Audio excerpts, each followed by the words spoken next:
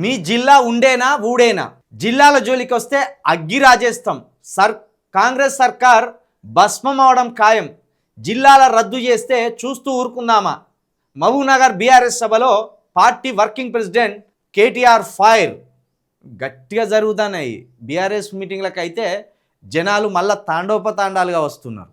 మరి రెండేళ్లలో జరిగిన నష్టం, ఈ రెండేళ్లలో జరిగిన భయానకమైన పాలన చూసి మరి ప్రజలు మళ్ళా బీఆర్ఎస్ వైపు చూస్తున్నారా ఏంది అనేది అర్థమవుతుంది. ఇట్లా చూస్తే తండోపతండాలుగా ఏ మీటింగ్ పెట్టినా వాళ్ళే ఉరికొస్తాను. అంటే ఎక్కడికి పోతే మన సమస్యలు తీరుతాయి, ఎక్కడికి పోతే రాష్ట్ర పరిస్థితులు చక్కబడతాయి, ఏ పార్టీకి మళ్ళీ మనం ఓట్లేస్తే మునుపటి అభివృద్ధి కావచ్చు, మునుపటి సంక్షేమం కావచ్చు మళ్ళీ ప్రజలకు సక్రమంగా అందుతుంది అనేది ఆలోచన కావచ్చు.